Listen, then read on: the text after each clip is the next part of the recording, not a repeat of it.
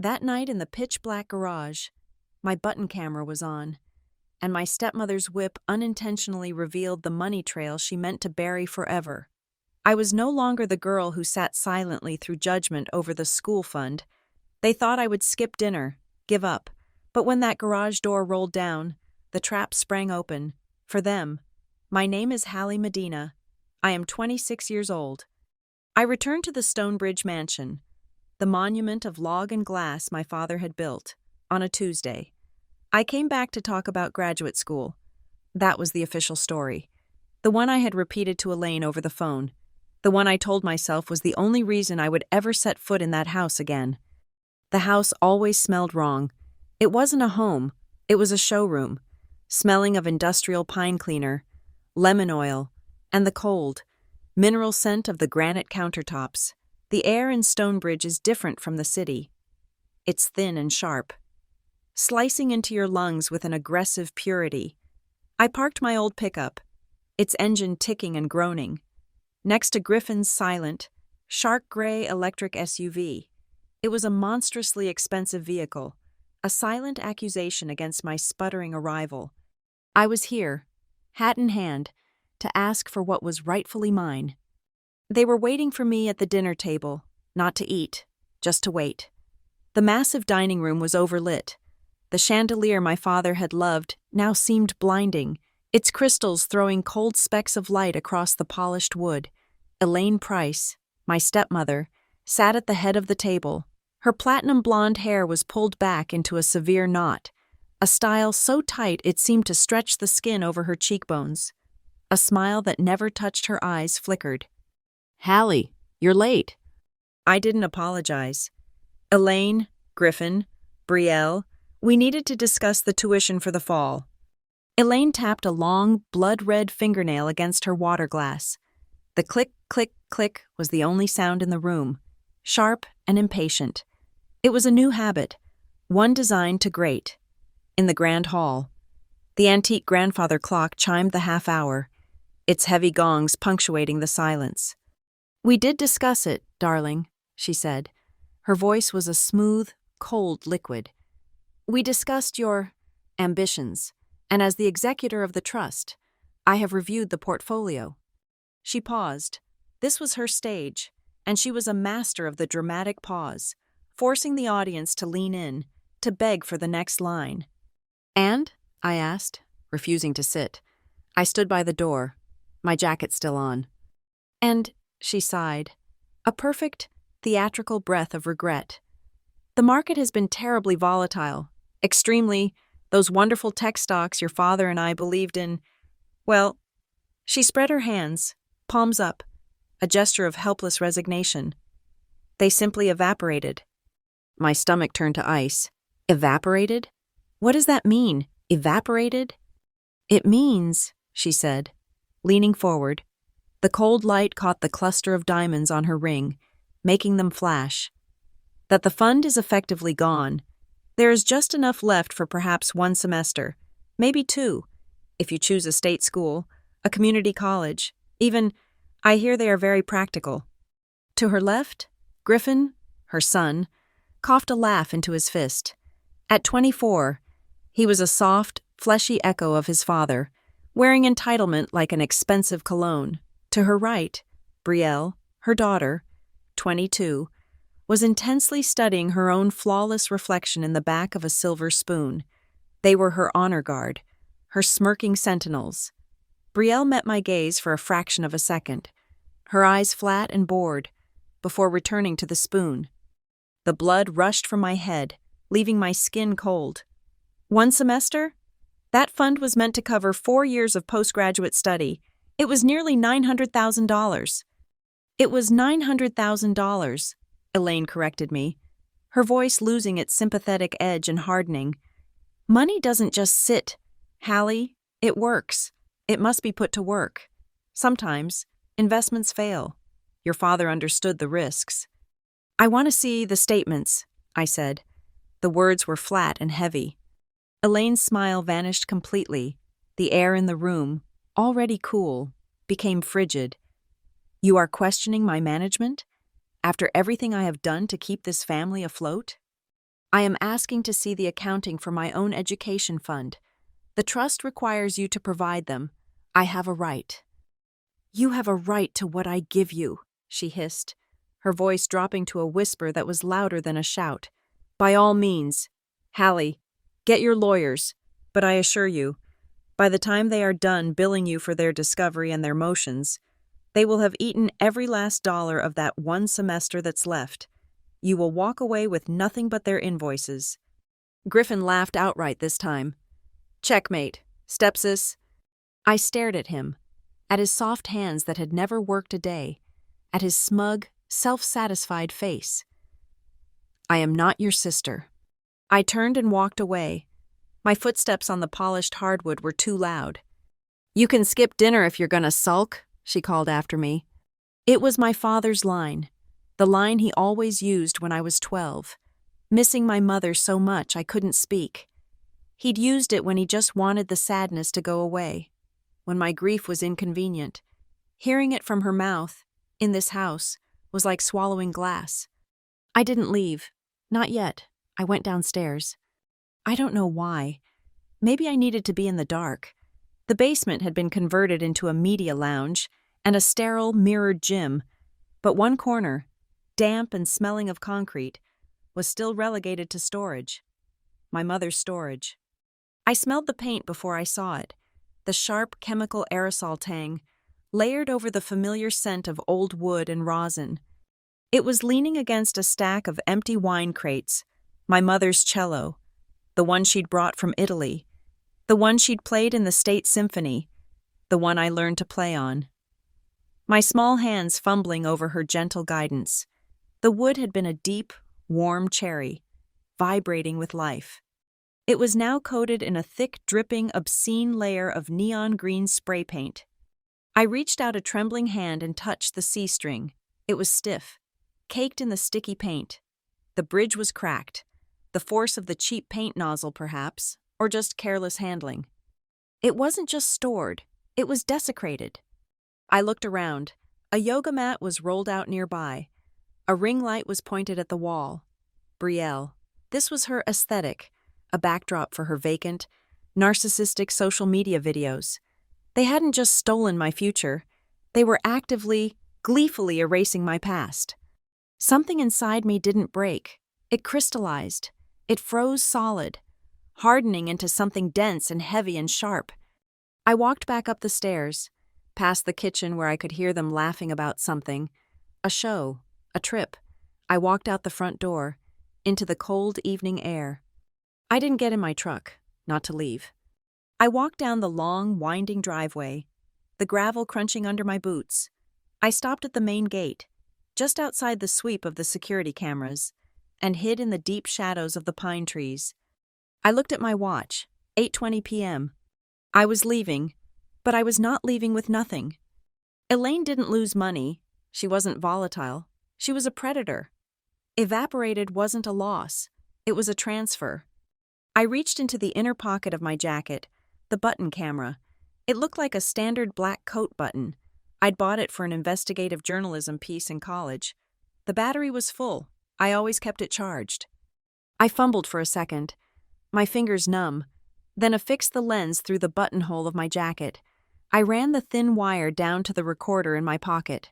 I had a bad feeling, the kind of premonition that settles in your gut like cold dread. This wasn't just about school. This was about survival. I waited. 9 p.m., 10 p.m., midnight. The house went dark, section by section. At 2:15 in the morning, the last light on the ground floor clicked off. I gave it another 30 minutes, then I moved. I walked back up the driveway, a shadow among shadows. The air was frigid, smelling of pine needles and damp earth. I didn't go to the house. I went to the 3-bay garage. I knew the code for the side door. My father's birthday. She was arrogant. She would never have changed it. 4, 8, 7, 2. The lock clicked, a sound like a gunshot in the silence. I slipped inside. The garage was vast, a cathedral of hobbies and excess. It smelled of new car leather, spilled motor oil, and the faint, sweet scent of fertilizer. I stood in the darkness, letting my eyes adjust, aiming for the small office in the back where my father used to keep his files. And the main overhead lights flooded the garage. My heart seized. I was blinded. A rabbit in the high beams. Elaine was standing by the interior door to the kitchen. She wasn't in a robe. She was fully dressed in black trousers and a sharp-shouldered blazer. She looked like she was heading to a board meeting, not to bed. She had been waiting. "I knew you'd come back," she said. Her voice was flat, bored. All the dinner table theatrics were gone. This was the real Elaine. My heart was a trapped bird against my ribs, but my hand was steady. My thumb found the switch in my pocket. I pressed it. The recorder hummed silently to life. The camera was on. "This is breaking and entering. Hallie, trespassing. I could have you arrested." "I came for the statements, Elaine, the real ones." She laughed, a short, ugly bark. "You really are stupid. You think I keep paper? In 2024? You're done. Your little school fund is gone. You are gone. You stole it." The slap was electric. It came so fast I didn't even see her move. The crack echoed in the huge space. My head snapping to the side, my cheek exploding in white-hot pain. I staggered, catching myself on the hood of her SUV. "You ungrateful little bitch," she spat, her face contorting, the mask of the elegant hostess dropping away to reveal the raw, ugly greed beneath. And I saw what was in her other hand, a riding crop, thin, black, leather-wrapped, a prop from a long-abandoned hobby. She raised it high. "You never deserved any of it. Not his name, not his money." She brought it down. I lifted my arm to block my face. The crop sliced through the air and struck my forearm. A searing, narrow line of fire. I screamed, a sharp, involuntary sound. "I worked too hard to let a sentimental child ruin it," she was yelling now, her voice rising, cracking with fury. "That $800,000 was the seed money. It was the seed money for the new venture fund. I built that. Me. I had it." She said it. Seed money. The admission. The camera was recording it all. "Mom, what the hell is going on?" Griffin, standing at the kitchen door, his hair mussed from sleep, his eyes wide. Elaine froze. Her chest was heaving. She looked at the crop in her hand as if seeing it for the first time, then at the red welt rising on my arm, then at me. "She broke in," Elaine said, her voice instantly recalibrating, shifting from predator to prey. "Griffin, she attacked me. She's hysterical." I wasn't waiting. I bolted. I scrambled past the front of the SUV, heading for the main garage doors. "Don't let her leave," Elaine shrieked. "Stop her." Griffin, her loyal, idiotic soldier, didn't come after me. He lunged for the wall panel. He slammed his fist on the master button. The heavy thud of the motors engaging was terrifying. The massive, insulated steel doors began to rumble down. A final, definitive judgment. The sound was a mechanical growl that filled the garage, vibrating in my teeth. The air suddenly smelled of hot rubber and burning dust from the belts. But they were slow. I didn't go for the main doors. I veered left, toward the small, single side door, the one we used for taking out the trash, the one I had come in through. I hit the metal push bar with my full body weight. The door flew open. I burst out into the freezing night air, just as the main doors slammed shut behind me with the booming finality of a vault. I ran. I didn't stop. I ran down the driveway, my lungs on fire, the gravel tearing at my boots. I threw myself into my truck, my hands shaking so violently I could barely get the key into the ignition. The engine caught. I slammed it into drive and peeled out of the Stonebridge gates, the tires screaming in protest. I didn't stop driving until I was 10 miles away, parked in the buzzing, fluorescent glare of a 24-hour truck stop. I sat in the cab, shaking, my cheek throbbing, my arm a line of fire. Her voice from dinner, the casual cruelty of it, echoed in my head. "You can skip dinner if you're gonna sulk." I looked at the recorder in my hand. The tiny red light was still blinking. I was no longer sulking. I was no longer grieving.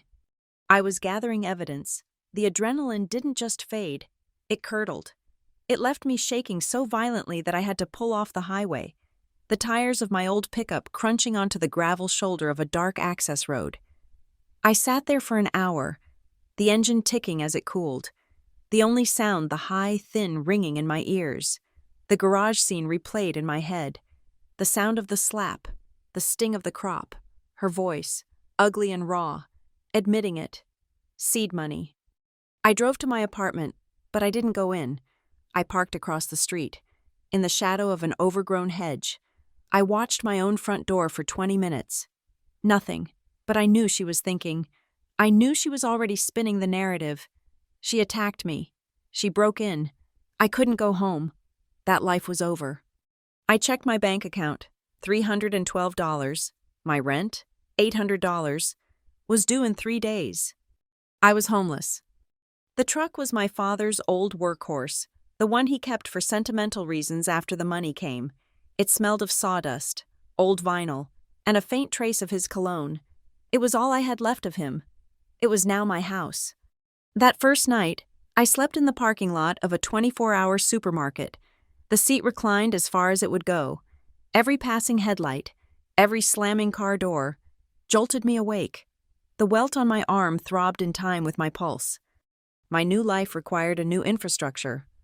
At 6 a.m, I drove to a fitness zone. It was $40 a month. I paid in cash. It bought me access to a locker, unlimited hot water, and a place where I could exist indoors without being questioned. I stood under the shower for a long time, the scalding water turning my skin red. Trying to wash off the garage, I got changed in a bathroom stall, pulling a clean long-sleeve t-shirt over my arm. The bruise was a vicious purple, swollen and precise. I looked at my face in the mirror. My cheek was red and puffy, but not bruised. She'd known how to hit. I needed money. I needed it immediately. I drove downtown, to the cluster of cafes and restaurants that catered to the morning rush, the Hearth and Loom, a high-end coffee shop with reclaimed wood and artisanal pastries, had a help wanted sign taped in the window. The manager, a tired woman with kind eyes, interviewed me standing by the espresso machine. "The opening shift starts at 4:15 in the morning," she said, looking me over. I was clean. My hair was pulled back. I was wearing my most reliable "I am not homeless" expression. "I can be here at 4, I said. I was hired. That job gave me a baseline, a reason to be awake before the sun. But it wouldn't be enough. The tips were decent, but minimum wage wouldn't build a war chest. I went to Dottie's Junction, a 24-hour diner on the highway loop. They needed a graveyard waitress. I took the job. My life snapped into a brutal new rhythm. 3:45 a.m. My phone alarm, vibrating silently against the plastic door panel of the truck. 3:50 a.m. Wake up in the cold darkness, use a cleansing wipe on my face, pull on my Hearth and Loom uniform. 4:15 a.m. to noon. The morning shift, a frantic blur of steamed milk, shouted names, and the bitter, comforting smell of espresso. I smiled until my face ached. Noon to 4 p.m. My time, the Stonebridge Public Library, 4:30 p.m. Drive to Dottie's, change in the staff bathroom, 5 p.m. to midnight. The evening shift, a different kind of blur, burgers, fries, endless coffee refills, the smell of grease and bleach. 12:30 a.m. Back to the truck, find a safe parking lot, rotating between the supermarket, a hospital visitor lot, and an industrial park. 1 a.m. to 3:45 a.m. Sleep. I was a machine built for survival. I was running on caffeine and rage. At the library, I didn't rest. I worked. I sat in a carrel in the back, the public Wi-Fi my only utility. My first act was security. The recorder from the garage was my only proof. I bought 3 separate, encrypted cloud storage subscriptions, using cash cards I'd bought from a drugstore. One service was based in Switzerland, one in Sweden. I uploaded the video file, the grainy, dark footage, the terrible, clear audio. I watched it once, the slap, the scream, her voice. 800,000 was the seed money. I backed it up again onto 2 cheap USB drives.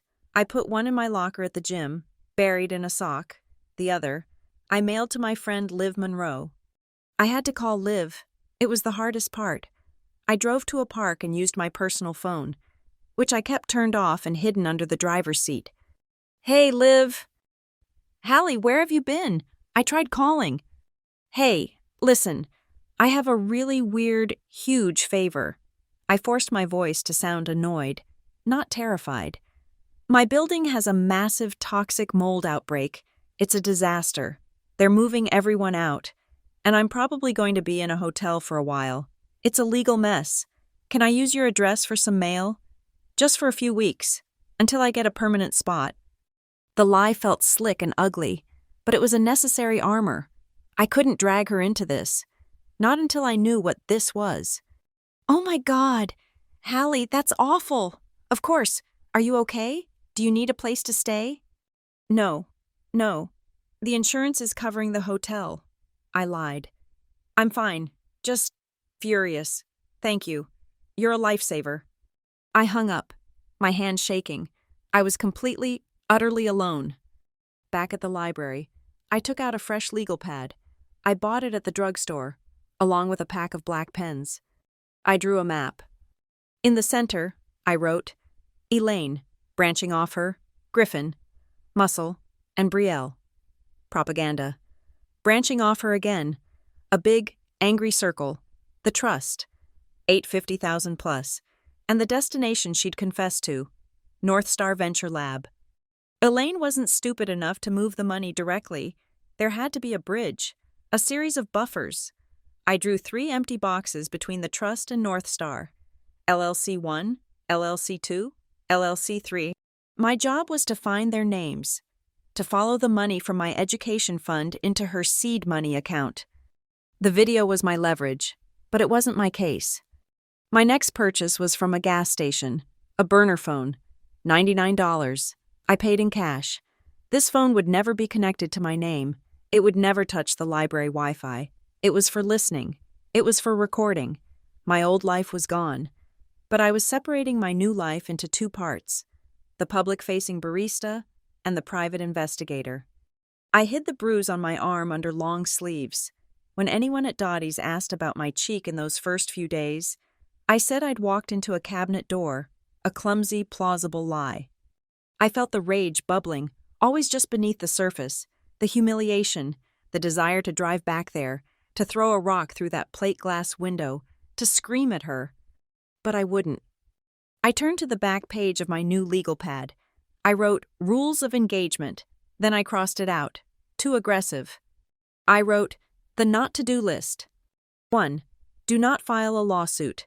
A lawsuit is a declaration of war. It makes you a visible target. It gives her time to move the money, to hide North Star behind another 3 layers of shell companies. I will only file when I have every piece of evidence, and when a judge is ready to sign a freeze order on the same day. 2. Do not let them know you are watching. She believes I am a hysterical, broke 26-year-old. She thinks I ran off to lick my wounds, that I'll come crawling back for that 1 semester of community college money. Her arrogance is my shield. Let her think I'm gone. Let her think I'm sulking. 3. Do not react emotionally. This was the most important rule. Emotion is what made her confess. Emotion is a liability. I would not make angry calls. I would not send crying texts. I would not confront Griffin or Brielle. I paused, thinking of them. Griffin, dumbly loyal, slamming the garage door. Brielle, with her neon-painted cello. They were adults, but they were her tools. I added a 4th rule, an ethical line in the sand. 4. No violence, no physical retaliation. I will not become her. My revenge will be cold, legal, and financial. I will not harm them, not even Griffin or Brielle. I will simply take back what is mine and use the system she loves to dismantle the life she stole. I closed the notebook. I changed my passwords on the cloud accounts. A new random string of 16 characters. I would do it every week. I looked at the clock. 3:45 p.m. My library shift was over. I packed my bag, my entire life fitting into a single backpack and a duffel bag in the truck. I walked out of the library's silence into the bright, hot afternoon.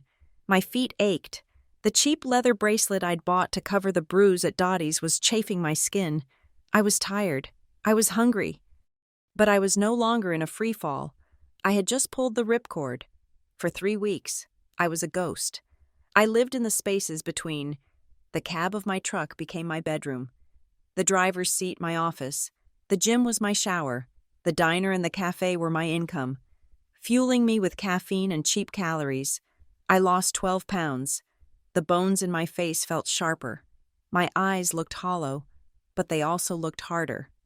I was watching them, not physically. I was a digital specter. I followed Brielle on social media through a fake account I'd made years ago. Her life was a performance of brunch. New clothes and selfies. She was careless. She posted a story from Art House Materials, a high-end supply store. In her cart, visible for a half second, were 3 cans of spray paint, neon yellow, neon pink, neon orange. My stomach clenched so hard, I thought I would be sick on the library floor. It was the final, petty confirmation. She also posted about their spa weekend in the city, a photo of her, Elaine, and Griffin, clinking champagne glasses, captioned, "Family time, so needed." They were gone. The house was empty. It was a Saturday night. My shift at Dottie's ended at midnight. I drove the truck, not to my usual parking spot, but to a dark, wooded cul-de-sac a mile from the Stonebridge mansion. I changed into black jeans, a black hoodie, and running shoes. I left my main phone under the seat. I took only the burner phone, now my dedicated recorder, and a small, powerful flashlight. The walk was cold. The air was sharp. I moved through the shadows, cutting across the lawns of dark houses, until I reached the back perimeter of my father's property. I vaulted the low stone wall. I didn't go near the garage. The memory of the door slamming down was too fresh. I went to the basement. There was a single, ground-level window in the unfinished section, the one I used to sneak out of as a teenager. The latch was still broken. The window slid open with a soft, gritty sound. I dropped into the darkness. The basement was cold, smelling of damp concrete and Elaine's expensive, chemical-heavy laundry detergent. I stood in the blackness for a full minute, listening. The house was silent. The deep mechanical hum of the oversized refrigerators, the ticking of the grandfather clock in the hall. They were gone. I didn't need the main floors. I knew where the bodies were buried. In our family, the attic was the mausoleum. I took the back stairs, the ones intended for servants this house never had. My feet were silent on the thick carpeting. I moved past the main floor, up to the second. The door to the attic was hidden behind a linen closet. I opened it. The air that hit me was dry, hot, and thick with the smell of cedar, mothballs, and forgotten paper. I pulled the chain for the single bare bulb, and the room exploded in shadows. Trunks, dress forms, old furniture under white sheets. Elaine was arrogant. She was a digital predator. But she came from a generation that still believed in the sanctity of paper. She would have kept the originals. I found them in a stack of labeled banker's boxes. Old trust docs, household, financials 2020 to 2024. I didn't know what I was looking for. I just knew I would know it when I saw it. I put the burner phone on the floor, aimed the flashlight at the boxes, and hit record, not for audio, just to create a time-stamped video log of my search. If I was found, it would prove I was searching for financial documents, not stealing jewelry. It was my legal alibi. I opened Financials 2020-2024. It wasn't a mess. It was meticulous, and that's what damned her. I found the wire transfers first, not one big one, a series of them, spaced weeks apart. $50,000, $90,000, $110,000. They weren't going from the education trust. They were coming from it, being deposited into a new entity. Premier Oak Holdings, LLC. I pulled that thread. In another folder, I found the incorporation papers for Premier Oak, a simple, one-page document. The sole member, Elaine Price. Then, more transfers. From Premier Oak Holdings to another company. Suncrest Capital Group. I search for Suncrest. Another LLC. Sole member, Griffin Price. And from Suncrest, the money moved again, now consolidated, to a third. Harborline Advisors. These were the bridges, the shells, 3 layers deep. My education fund was being washed, passed from one fake company to the next, until it was clean on the other side. I kept digging. I found a file simply labeled cello. My breath caught. It wasn't about the neon paint. It was worse. It was a formal insurance appraisal. Dated 2 months ago. My mother's instrument, the one she brought from Italy, was valued at $60,000. Attached to it was a deed of gift, transferring ownership of the instrument from my father's estate to Elaine Price directly. The reason cited: asset of negligible family interest, transferred for collectible value. She hadn't just defaced it for Brielle's social media. She had legally seized it. She was preparing to sell it. The spray paint wasn't just vandalism. It was a sloppy, arrogant attempt to destroy its provenance, perhaps to cover up a private sale. My rage was so cold it felt like logic. And then I found the gun, the real one. It was in the old trust docs box, misfiled, or perhaps kept as a trophy. A single sheet of paper, stapled to a copy of my original trust directive. The letterhead was from a high-end financial advisory firm I didn't recognize. The document was titled, Authorization for High-Risk Investment Strategy.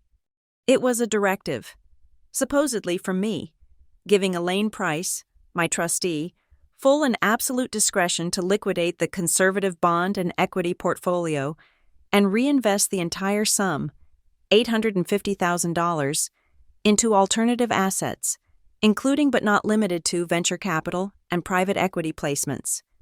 It was dated 6 months ago, and at the bottom, in blue ink, was the signature. Hallie Medina. I stared at it, my own name. The loop on the H was too tight. The M was too sharp. It was a damn good forgery. Good enough to fool a bank teller or a junior associate, but it wasn't mine. This changed everything. I heard a car door slam. My blood turned to ice. They were back. I killed the flashlight. The attic plunged into absolute darkness. The only light, the thin white line under the door. I didn't move. I didn't breathe. My heart was a fist, pounding against my ribs. Footsteps, on the stairs, not the back stairs, the main stairs. I just need the backup drive for the presentation. Elaine's voice drifted up, sharp and clear.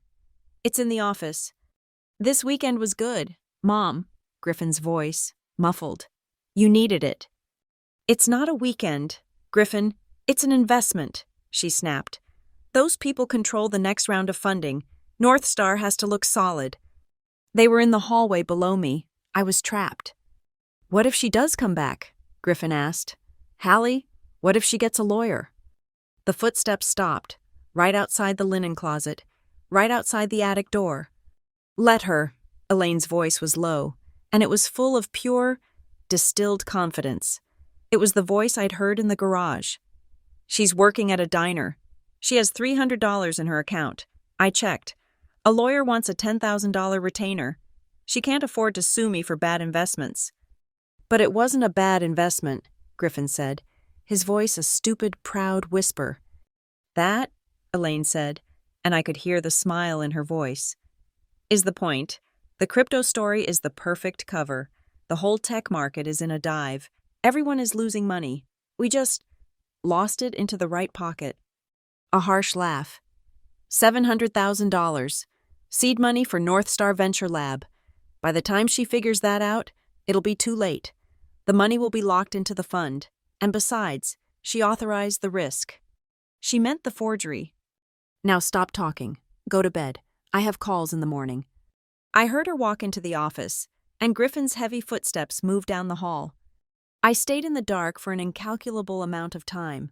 An hour, maybe 2.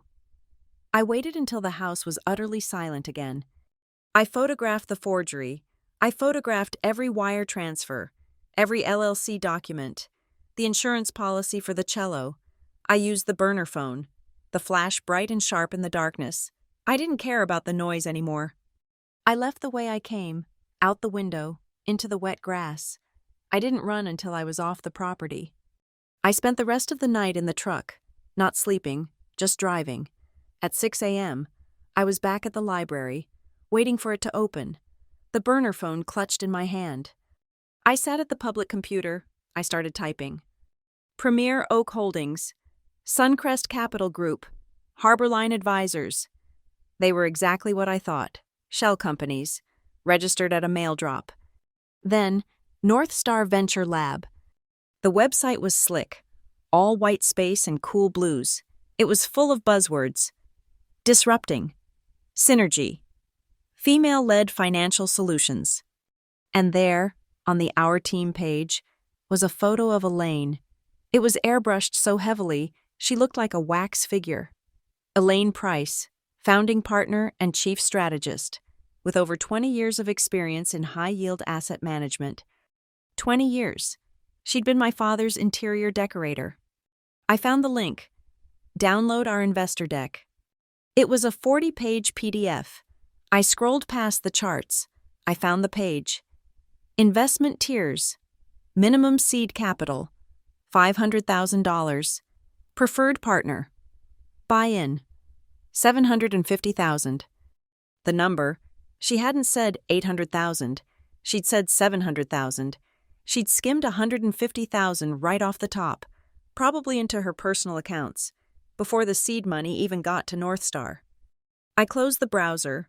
I looked at the photograph of the forged signature on my burner phone. I went back to my legal pad, to my not-to-do list. I tore the page out. I took out a fresh sheet. At the top, I wrote, Strategy. This wasn't a civil case about bad investments anymore. This wasn't a daughter suing a stepmother for mismanagement. This was theft. This was wire fraud. This was forgery. This was a criminal case. I wasn't just getting my money back. I was going to put her in a cage. The high from the attic break-in, the adrenaline of finding the forgery, carried me for almost a week. It was a false fuel, a pure distilled rage that burned hot and fast. It made me feel invincible. I had the documents. I had the audio. I had the case. I was a ghost with a righteous purpose, and I believed I was untouchable. Then the cold came. It wasn't the normal chill of a Stonebridge November. It was a rare, brutal Arctic front that swept down from the north. A Siberian Express, the weather forecasters called it. The temperature plunged from 40 degrees to 15, and then, overnight, to 8. I was parked in the back lot of a Home Pro, a new addition to my rotation, nestled between a stack of empty pallets and a retaining wall. I woke up at 3 a.m., not to my alarm, but to the cold. It was a physical presence. It was in the cab with me, a heavy, suffocating weight. I was buried under 2 sleeping bags and every piece of clothing I owned, but I could feel the cold seeping up from the metal floor of the truck. I could feel it in my teeth. I sat up. My breath was a thick, white plume in the darkness. The windows weren't just frosted. They were coated in a thick, feathery layer of ice. I turned the key. The engine groaned, a slow, metallic agony. It turned once, twice, and then, mercifully, caught. The truck shuddered to life. I slammed the defrost and the heat onto full blast. A rattling sound came from the dashboard, and a puff of air, smelling of ozone and dust, blew from the vents. It was as cold as the air outside. I tried again. I turned the knob from hot to cold, from floor to vent. Nothing. The blower worked, but the heater core was dead. The engine would run, but the cab would never get warm. A new kind of panic set in, a low, animal fear that was colder than the air. I couldn't fix it. A new heater core was a $700 job. Minimum. I had $400 saved from the diner and the cafe. I couldn't spend it.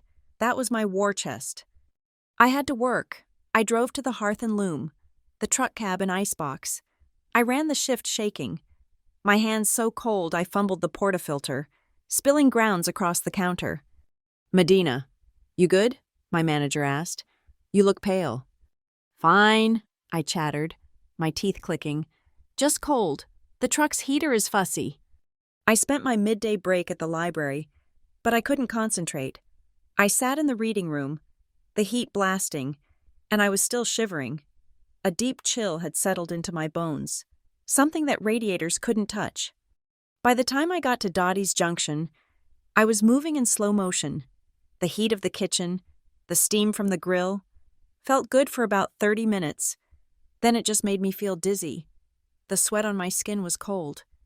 I was carrying a tray of coffee mugs when the room suddenly tilted. I didn't drop the tray, but I stumbled. Slamming into the partition, mugs clattered. Sal, the night manager, grabbed my arm. "Whoa, kid, you're burning up." He put the back of his hand to my forehead. His hand was rough and smelled of onions. "Jesus, you're sick as a dog. Go home. Don't come back until you're not contagious." I was fired, or the next best thing. "I'm okay, Sal. Go, now. I'm not having you collapse on my floor." I walked out. Home was the truck. I drove back to the Home Pro lot. It was only 9 p.m., but I was done. I crawled into the back. The temperature outside was 6 degrees. The temperature inside the cab was probably 20. I didn't have the strength to rotate parking spots. I didn't have the strength to do anything. The shivering started. It wasn't the shivering of being cold. It was the racking, violent shaking of a high fever. My skin was clammy, but my head was an oven. I was dehydrating. I drank the last of my bottled water, but the plastic was so cold it hurt my hands. I fell into a greasy twilight sleep, where I was trapped in the garage and the walls were closing in. But they were made of ice. I woke up. I didn't know what time it was. It was dark. My phone. I fumbled for my personal phone. The clean one. 4:07 a.m. My screen was glaringly bright. 5% battery. I was so cold. My thoughts were thick, like mud. If I go to sleep, I might not wake up. This is how people die. I was failing. My body was betraying me. I was losing. I scrolled to my contacts. Liv. I was breaking my own rule. I was dragging her in. I was desperate. I hit the call button. 1 ring, 2, 3. "Hello?" Her voice was a terrified, sleep-filled croak. "Liv," I whispered. My own voice was a dry rattle. I could barely recognize it. "Hallie, what's wrong? What time is it?" "Liv, I'm sick. I'm really sick."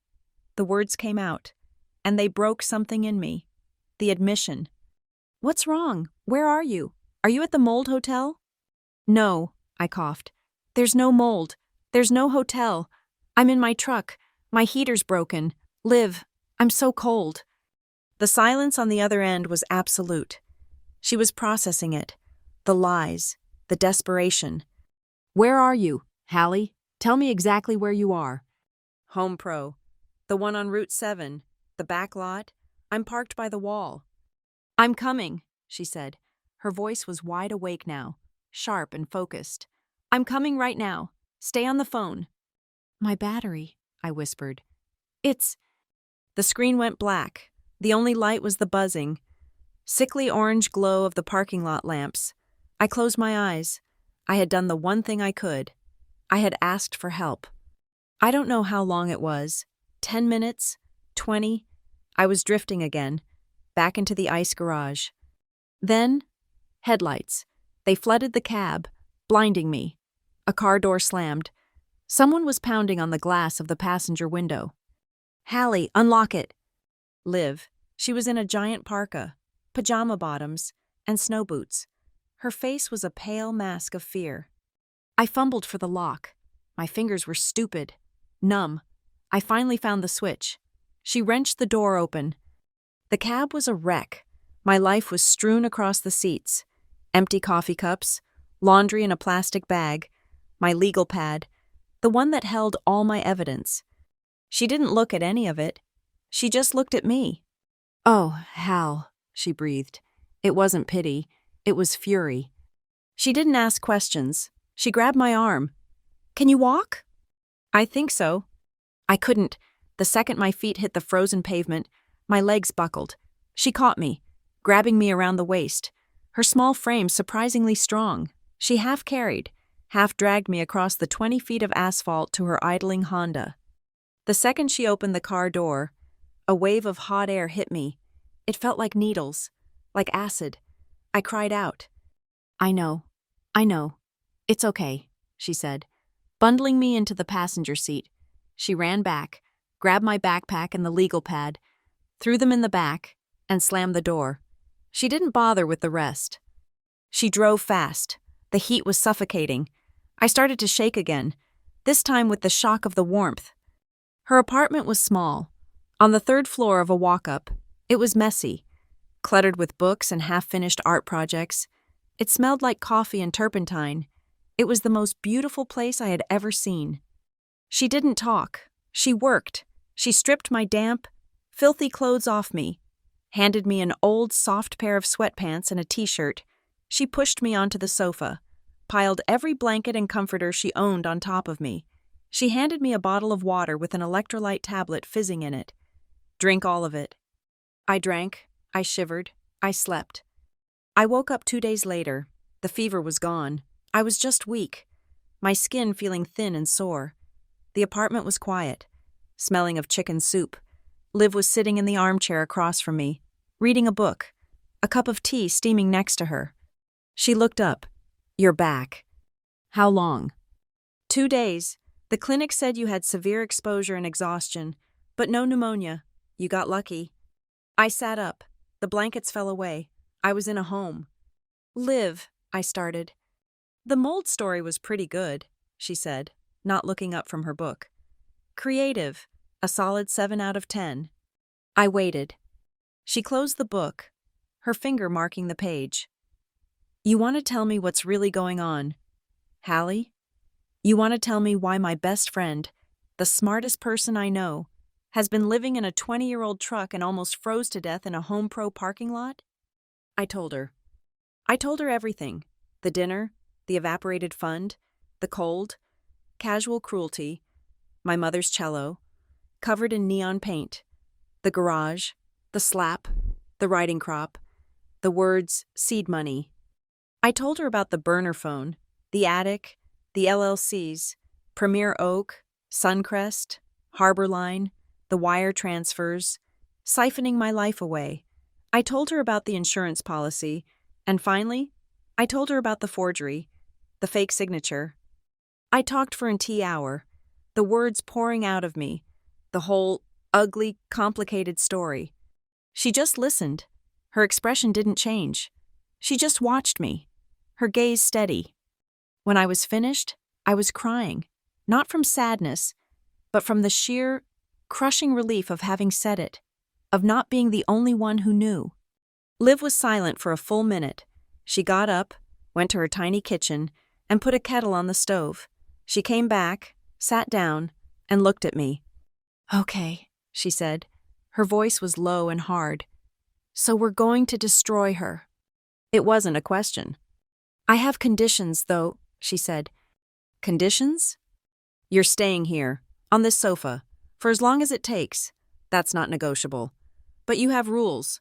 Rule 1. You eat 3 meals a day. I don't care if it's pizza or an apple. You eat. Rule 2. You go back to the clinic and get a follow-up. Rule 3. You are done with this alone crap. I'm in. We're in. This is our problem now. I nodded, unable to speak. Good, she said. Now, the evidence. You said you mailed me a USB drive. It's in a padded envelope, I whispered. Weeks ago. She went to the mountain of mail on her counter, sifted through it, and pulled it out. Okay, we need something better. That afternoon, we went to a tech store. We bought an external hard drive. Back at her kitchen table, I logged into my encrypted cloud accounts. I pulled the video from the garage. I plugged in the burner phone and transferred the photos from the attic. The forgery, the LLC papers, the wire transfers, the cello appraisal. We backed everything up onto the new drive. I'll take this, Liv said. My mom has a safe deposit box at the bank downtown. It goes there tomorrow. Elaine can't find it. It's not in your truck. It's not here. It's safe. The sense of relief was so profound it made me dizzy. I opened my legal pad. It was warped from the dampness in the truck. I turned to a clean page. I started the timeline. Every date, every interaction, every dollar. I was no longer just surviving. I had a partner. I had a base of operations. The cold, desperate rage had burned out, and the fever had broken. In its place was something else. It was hot, it was focused, and it was patient. I looked at the entry I'd just made. Deed of gift, cello, $60,000. My objective was no longer just about the money, or even about the criminal charges. Liv, I said, I'm not just taking back the money, I'm getting that cello back, and I'm taking my mother's name back with it. This was no longer just a legal fight, it was a restoration. Liv's couch was a sanctuary, but it wasn't an income. My survival instinct, the one that had kept me alive in the truck, wouldn't let me stop. I was still broke. Sal, the manager at Dottie's Junction, had let me come back after I fed him a story about a nasty 24-hour bug and apologized profusely. I was 3 days into my return, working a double. It was 1 a.m. The diner was quiet, smelling of stale coffee and bleach. I was refilling the sugar caddies, my movements automatic, my mind on the timeline I was building with Liv. Can I get a refill? Coffee? Black? The voice cut through the diner's sleepy haze. It was deep, clear, and did not belong here. I turned, the pot of coffee in my hand. He was sitting in the back booth, the one under the flickering neon steak and eggs sign. He was alone. He wore a dark, impeccably tailored suit. He looked like he had just stepped out of a boardroom, not into a 24-hour highway diner. My heart stopped. I knew him. Uncle Archer? Archer Vance, my mother's brother, a man who lived in the rarefied air of San Francisco tech, a world of venture capital and IPOs that was a universe away from Stonebridge. I hadn't seen him since my father's funeral, 3 years ago. He had looked at Elaine then with a cold, undisguised contempt before kissing me on the forehead and disappearing. He stared at me. He wasn't looking at me with recognition. He was looking at me with a slow, dawning horror. He was taking in the cheap, mustard-yellow uniform, the exhaustion etched around my eyes, the way my hands were rough and red. He saw a ghost. "Hallie," he said. His voice was low. "What are you doing here?" "I'm working. Archer. It's my job. Do you want the coffee?" He ignored the pot. "When does your shift end?" "I'm on a double, 7 a.m. "No, you're not," he said. He stood up. He was tall, leaner than I remembered, and radiated an energy that was pure, compressed impatience. He pulled a $100 bill from a thin money clip and dropped it on the table. "Sal!" he called out. Sal, halfway through cleaning the grill, looked up. "My niece is ill," Archer said, his voice carrying easily. "She's coming with me. This is for her shift." Sal looked at the $100 bill, looked at me, looked at the man in the $5,000 suit. He just nodded. "Go. You still look sick anyway." I didn't argue. I untied my apron, my hands shaking, and grabbed my jacket from the hook. I followed him out into the cold night air. A gleaming black sedan, low and silent, was parked at the curb. A driver I hadn't even seen stood by the rear door. Archer opened it. "Get in." I slid onto the leather. It was absurdly soft. The car smelled of new leather and faint, expensive cologne. It was whisper quiet as we pulled away from the diner. He didn't speak for a long time. He just stared out the window, his jaw tight. "You look like your mother," he said finally, his voice rough. "Right after she left her first husband, terrified and furious." He turned to me, his eyes sharp. "You look like you are one bad day away from disappearing completely. I was in town for an acquisition. I stopped at that diner for a nostalgic piece of pie. I did not expect to find my sister's only child serving it. We pulled up, not to a house, but to the Garrison, the only 5-star hotel in Stonebridge. The valet hurried over. "You have 1 hour," Archer said, as if giving a directive to an employee. "I have a suite, 1204. Go up. There is a key waiting at the desk under my name. Take the hottest, longest shower of your life. Order anything you want from room service. I don't care what it costs. Eat. I'll be back in 1 hour. We are going to talk. I was too tired to fight. I did exactly what he said. The suite was bigger than my old apartment. The shower felt like it was stripping away a year's worth of grime and exhaustion. I put on the thick, heavy robe. When room service came, I ordered a steak, a baked potato, a bowl of soup, and a Coke. I ate every single bite. I was finishing when Archer returned. He'd changed out of his suit into dark jeans and a cashmere sweater. He looked less like a shark and more like a person. He sat, not on the couch, but in the stiff armchair by the window. He gestured to the empty plates. Better? Yes, thank you. Good. Now, you're going to tell me what happened, and you are not going to lie, and you are not going to protect anyone. Start at the beginning. Why aren't you in graduate school? It was the third time I had told the story. The first time, to live, had been a desperate, emotional confession. This time, it was a briefing. I told him everything. The dinner, Elaine's speech about the volatile market, the lie about 1 semester, the garage. This time, I didn't soften it. I told him about the slap and the riding crop. I told him about the seed money confession. His face, which had been set in grim lines, went utterly blank. It was the most terrifying expression I had ever seen on him. I told him about the truck, the cold, the gym, the 2 jobs.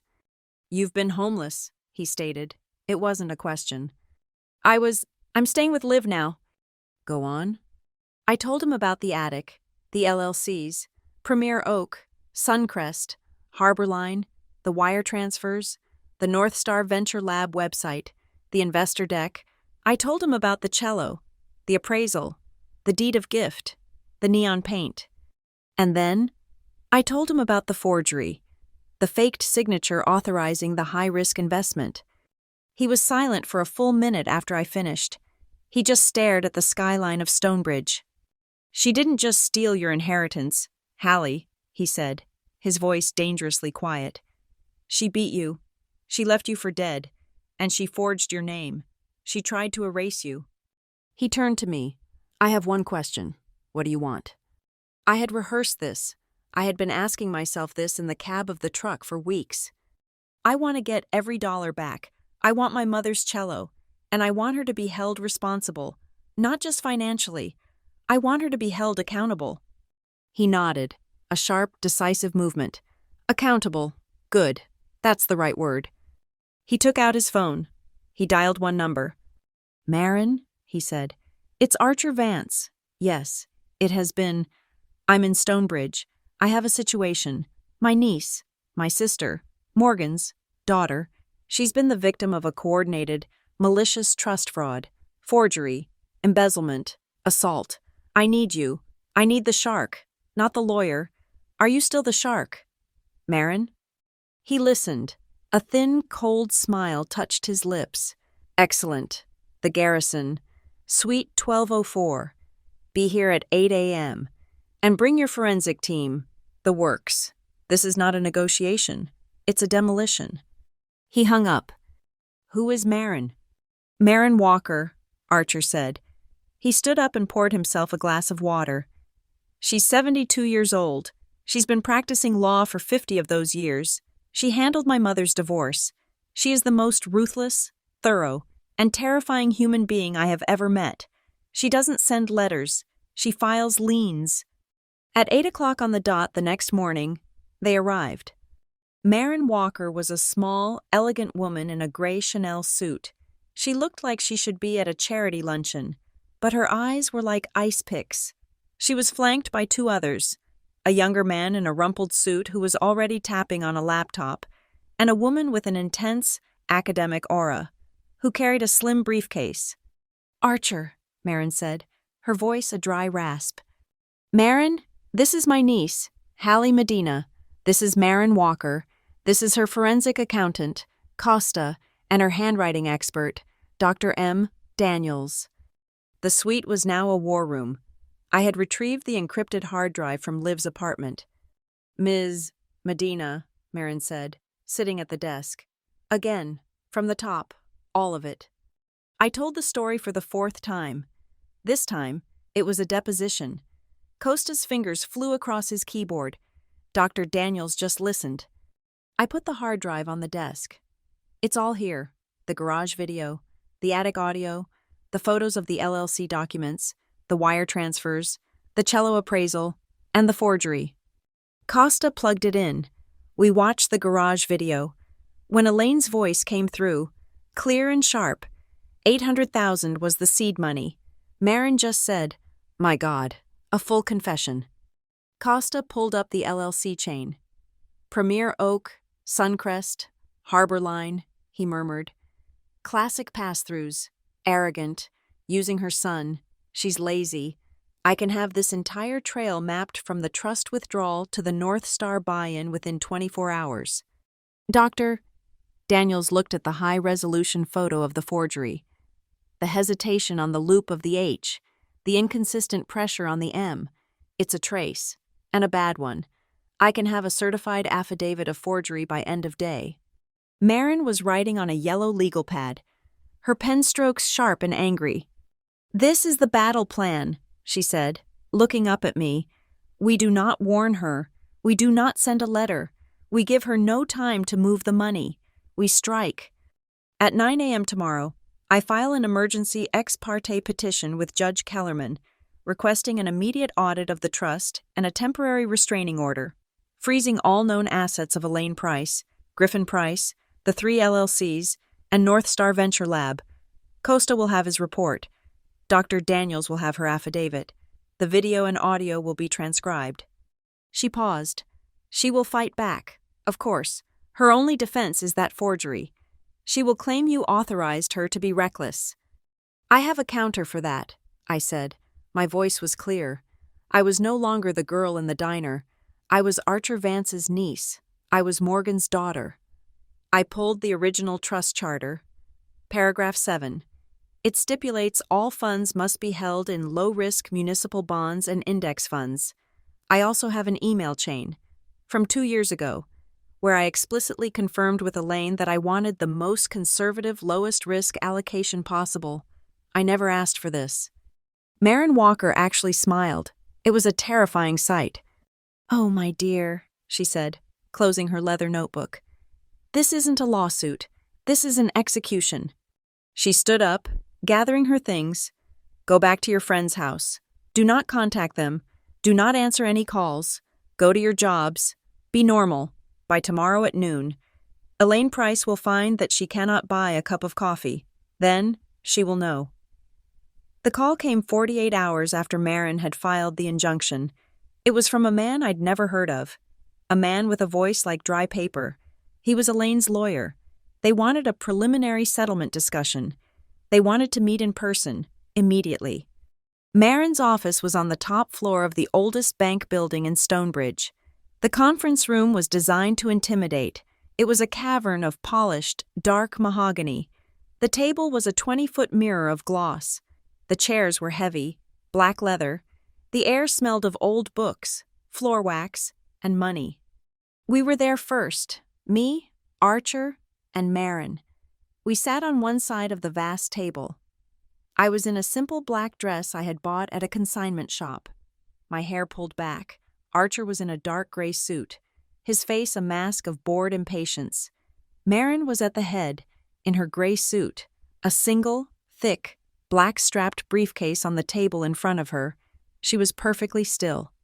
The door opened. They entered, Elaine, Griffin, Brielle. The change was shocking. The injunction had hit them like a physical blow.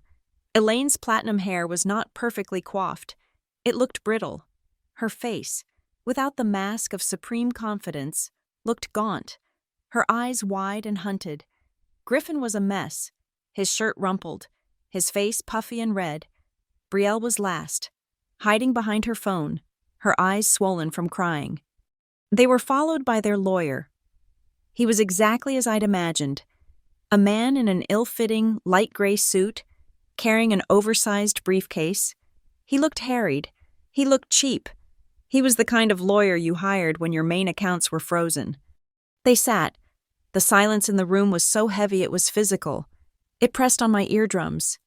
The gray-suited lawyer, whose name was apparently Mr. Breen, cleared his throat. The sound was wet and loud. "Ms. Walker," he began, trying for a tone of reasonable authority and failing. "We are here to discuss this outrageous and damaging petition. Frankly, my client is appalled by these slanderous allegations." Marin said nothing. She just stared at him. "You have frozen her assets. You have frozen her children's assets. You have frozen the assets of her business, North Star Venture Lab, a legitimate, female-led enterprise, all based on the hysterical claims of a disgruntled child." He turned his watery gaze on me. "My client, Ms.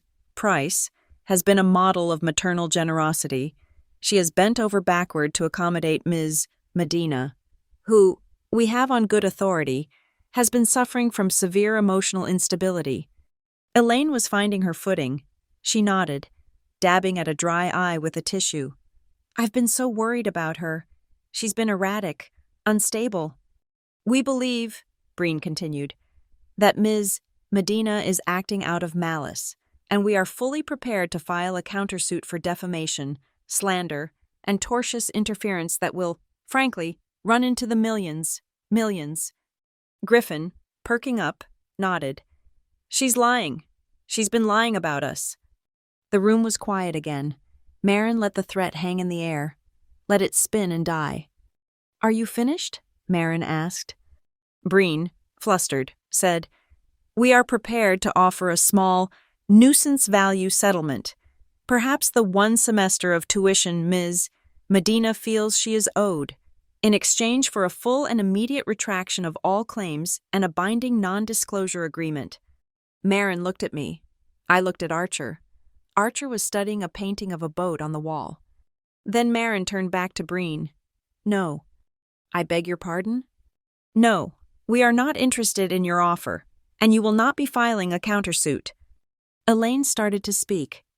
"Now, you listen." "You," Marin snapped, her voice cutting through the room like a whip, "will be silent." Elaine flinched, as if she'd been slapped. Marin turned back to the lawyer. "You are laboring under a severe misapprehension. Mr. Breen, you believe you are here to negotiate. You are not. You are here to surrender." She placed her hand on the black briefcase. "You see, my client is not disgruntled.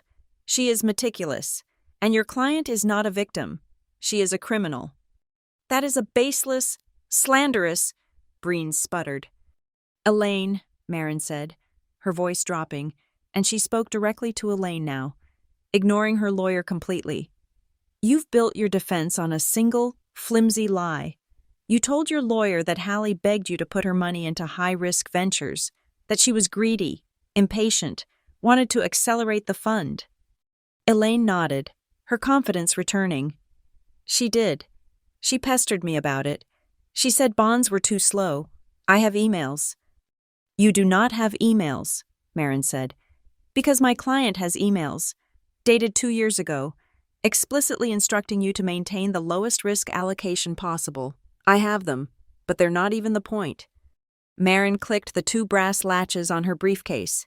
They sprang open with a sound like a guillotine. She didn't take out a stack of papers. She took out a single, massive, black leather binder. It was at least 5 inches thick, bound like a book of law, with 5 labeled tabs on the side. She slid it. The binder, heavy and solid, shot across the polished table. It stopped, perfectly, in front of Mr. Breen. He stared at it. "What is this?" "That is the end of your case," Marin said. "I call it the Black Book. It contains the evidence that will be presented to a grand jury if you are not out of my office in 1 hour. I suggest you open it." Breen's hands were trembling. He opened the binder. "You'll want to start with tab 1, Marin said, her voice a calm, bored travelogue. "That is the full forensic accounting, courtesy of Costa. It details every withdrawal from Ms. Medina's trust, a total of $850,000, siphoned out over 20 months. You'll see the dates, the times, the amounts. It is a precise and damning timeline of theft." Breen's face was losing color. He licked his lips. Move on to tab 2. Marin continued. Those are the full incorporation papers for the 3 shell LLCs, Premier Oak Holdings, Suncrest Capital Group, and Harborline Advisors. You will note, as I'm sure you already have, that the sole members are Elaine Price and Griffin Price, a bit clumsy, that Costa found it in about 20 minutes. Griffin made a small, strangled sound. Mom? Tab 3, if you please, Marin said. This is the final destination. The wire transfer receipts from Harborline Advisors directly into the seed funding account for North Star Venture Lab.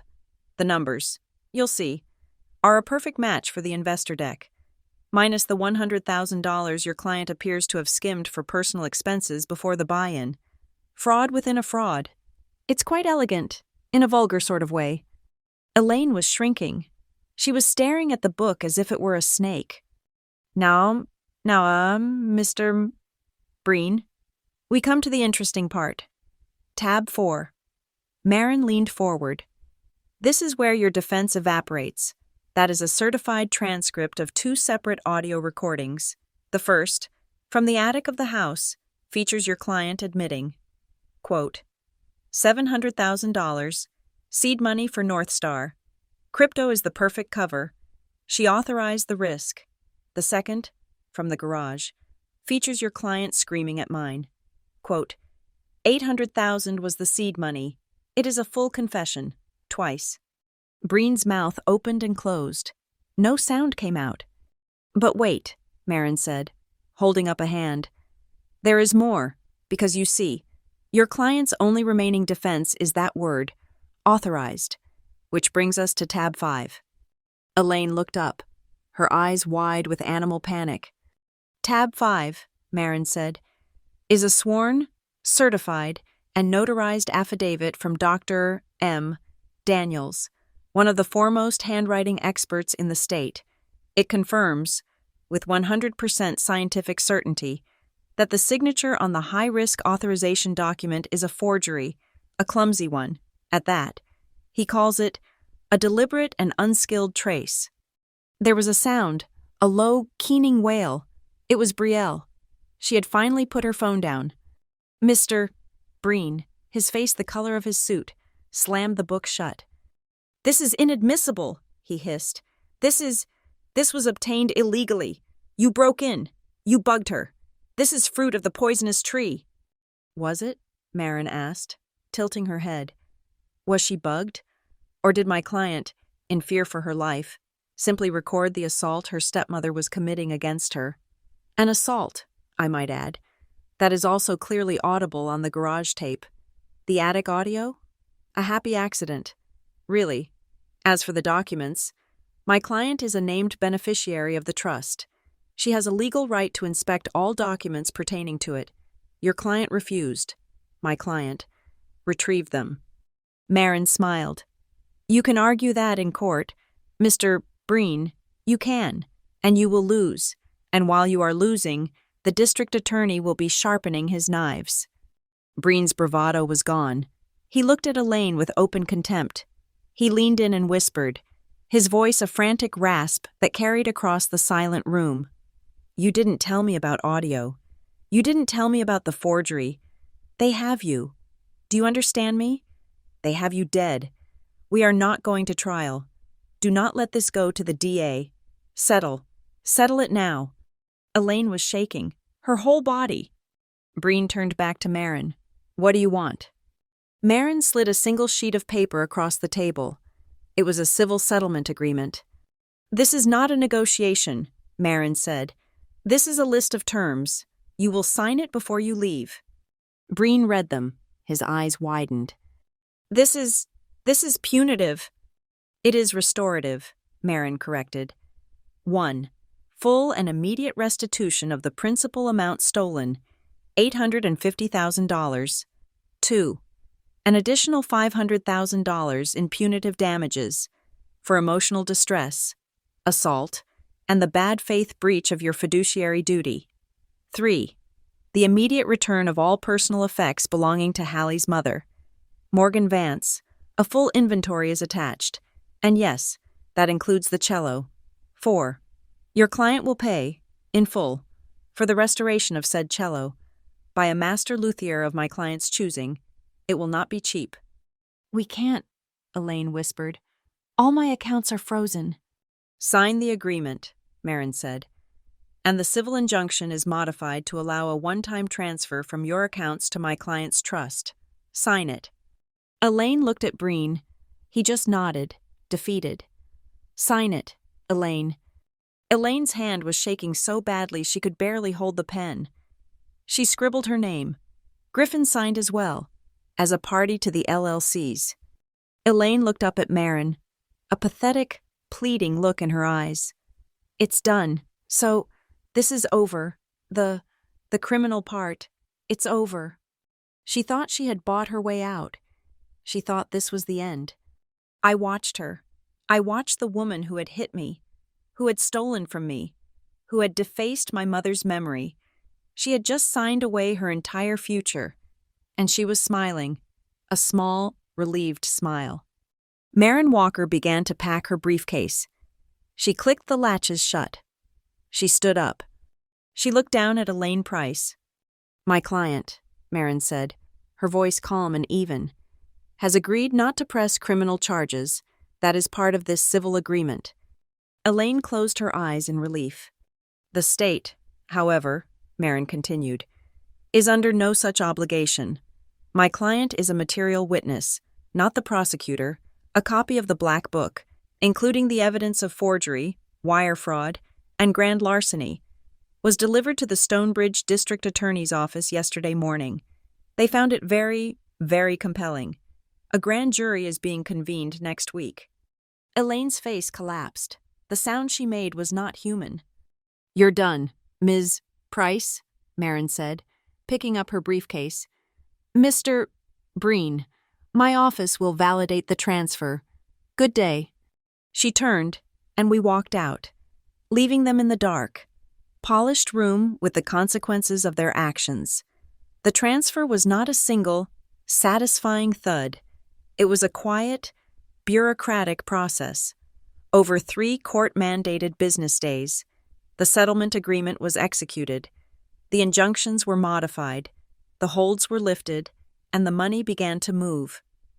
I sat at the small desk in Liv's spare room, watching the screen of my new laptop, the one Archer had insisted on buying me. The first transaction appeared, $850,000. It slid into the newly established court-monitored trust account. The number was just a number. It was sterile, clean, and silent. It wasn't a victory. It was a correction. It was the resetting of a bone.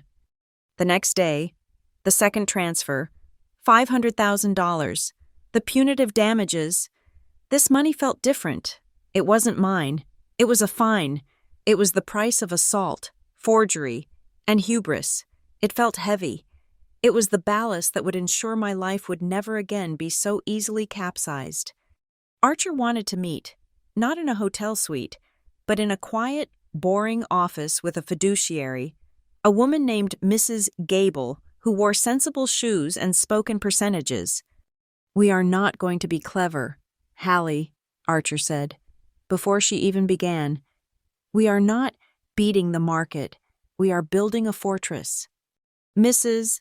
Gable presented charts, graphs, emerging market opportunities. Archer held up a hand. No, he looked at me. What do you want? I thought of Elaine's voice, her slick lie about volatile tech stocks. I want the opposite of that, I said. My voice was steady. I want boring. I want transparent. I want something I can explain to a 5-year-old. We tore up the projected portfolio. We spent 2 hours rebuilding it from the bedrock up. The money, my money, was moved into a deeply conservative allocation, municipal bonds, tax-free and stable, low-fee index funds. The rule was absolute. Total transparency. I had a login. Archer had a login. Mrs. Gable had a login. Any transfer, any change, any withdrawal required 2-factor authentication from 2 of the 3 of us. We had built a vault. We had turned my inheritance from a target into a foundation. It's safe now, Archer said, closing his laptop. I believed him. I moved out of Liv's apartment the following week. I found my own place, a small, clean one-bedroom rental downtown. It was quiet. It was mine. I sold the truck. I gave the man at the dealership a good price. It had served its purpose. I bought a small, reliable sedan. I went back to the library, not to hide, not to research LLCs. I went to finish my graduate school applications. I only applied to one, the Riverton Graduate School of Social Leadership. It was the only place I wanted to go. 3 months after the settlement, a thick envelope arrived in my new mailbox. I sat at my new kitchen table and opened it. I was in. I read the acceptance letter 3 times, just to feel the words. We are pleased to welcome you. It wasn't a rush of excitement. It was a sense of profound, quiet rightness. It felt like a door, one I had been pushing against for months, had finally swung open. I was no longer Hallie the survivor. I was Hallie the graduate student. The money was back. The future was planned. But the past was not gone. I was still in the garage. I would be at the supermarket, and the low, grinding rumble of the automatic door would make my heart seize in my chest. My hands clench. I'd flinch. I'd be in my quiet apartment, and the ticking of the kitchen clock would suddenly seem loud, aggressive. It sounded like the grandfather clock in that house, ticking in the silence while I was trapped in the attic. I would wake up at 3:45 in the morning, my heart pounding, convinced I was late for my shift at the hearth and loom. Archer had made one final condition. "You're going to therapy," he'd said. It was not a request. He'd already vetted the doctor. Celine Reed was a trauma specialist. She had a calm office that smelled of tea and old books. She had a voice that never, ever hurried. "You are not broken, Hallie," she told me in our first session, after I'd explained, in a monotone, why I was there. "You are logical. Your body has built a brilliant, efficient alarm system to keep you safe. The problem is, the fire is out, but the alarms are still ringing." We didn't talk about Elaine for a month. We talked about sounds. We talked about the click, click, click of her fingernail on the water glass, the sound of the garage door motor, the thud as it hit the concrete, the high, thin whistle of the riding crop cutting the air. Dr. Reed called it decoupling, the work of separating the sound from the memory, of teaching my nervous system that the sound of a closing door was just a sound, not a threat, that the ticking of a clock was just time, not a countdown.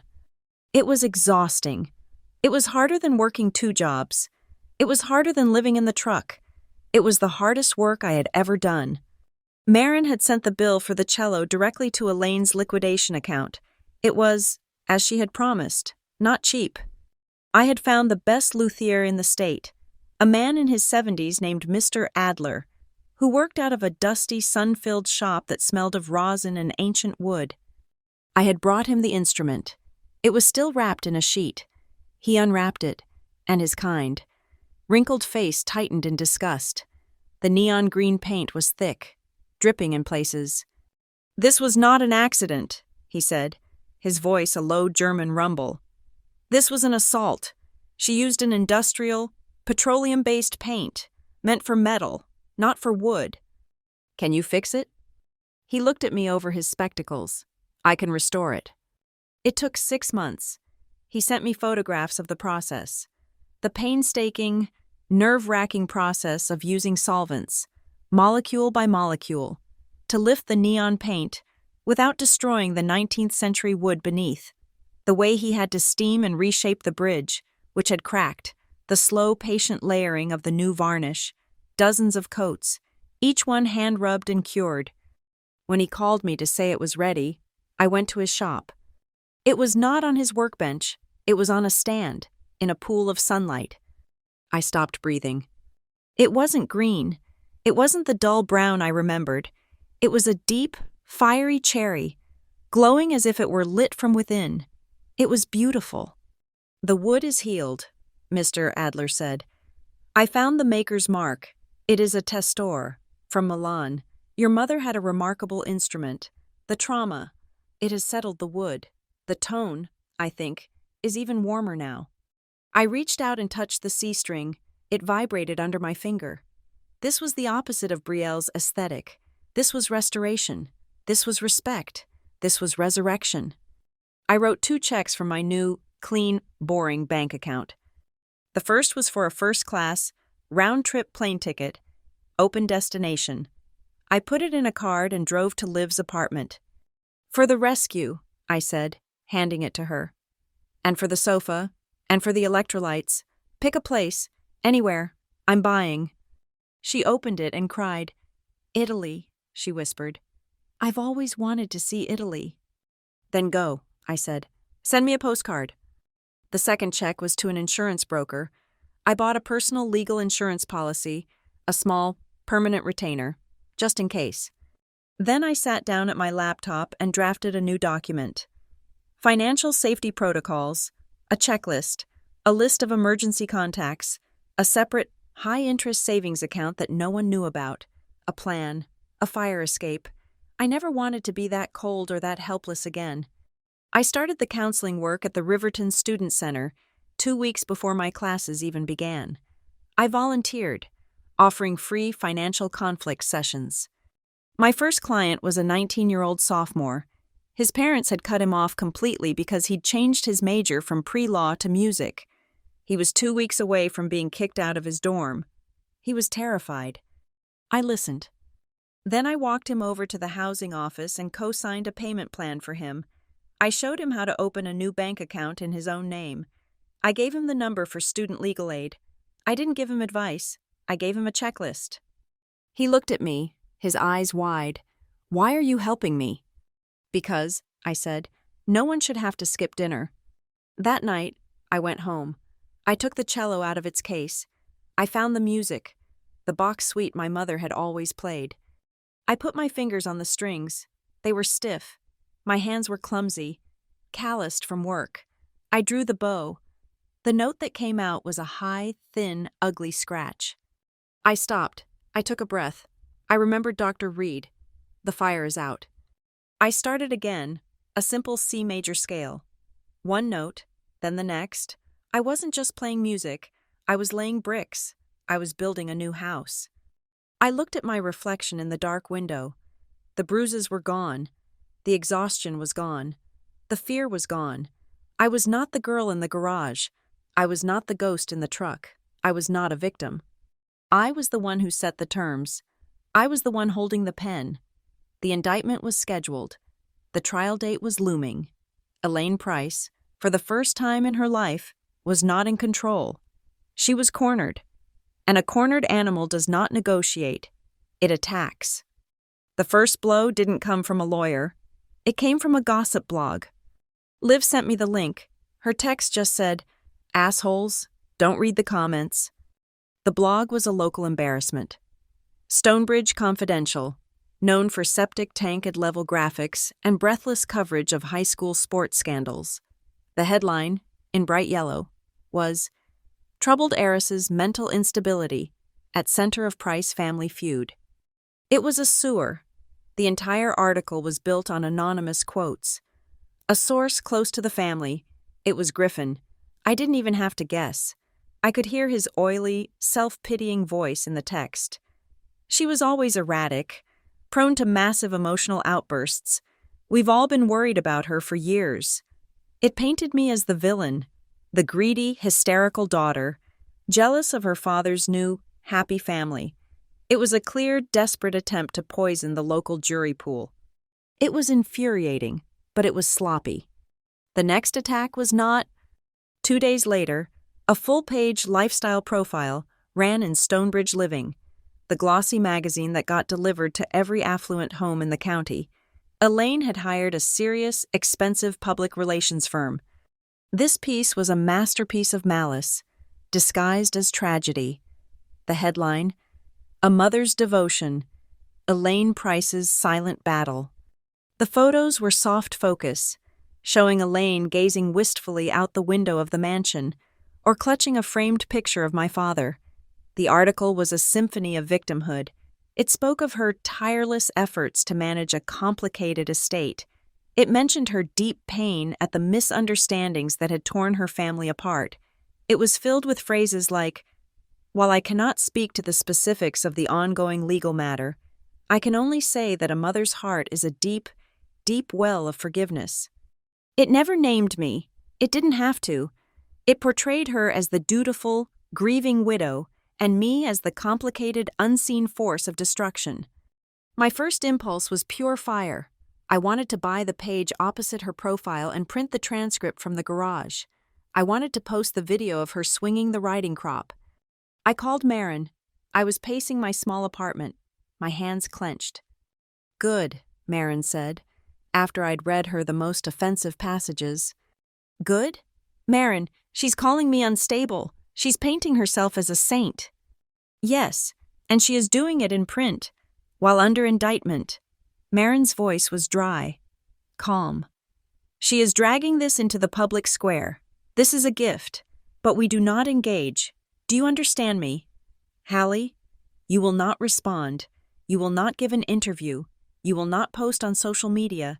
You will not defend yourself." So I just let her lie?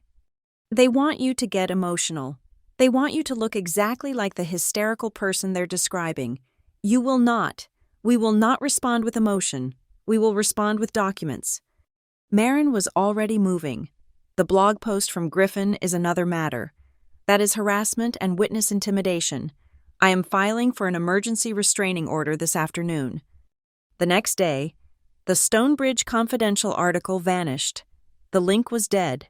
A small legal notice appeared in its place, citing a court order. It was a tiny, clean victory. But the real response came 3 days later.